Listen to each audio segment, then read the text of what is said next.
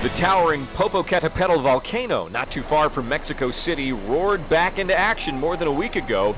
It's been 12 years since the last major eruption of this volcano. Now residents who live nearby are wondering if and when El Popo, as it's known, is going to blow. The volcano has been spewing smoke and ash for more than a week now, and residents who live near the base have been told to stand by for possible evacuation. That's our story. Thanks for watching. From Bogota, I'm Brian Andrews. Be sure to find us on Facebook. Just search for Brian Andrews NTN24. And follow my travels throughout Latin America on Twitter @Brian Andrews.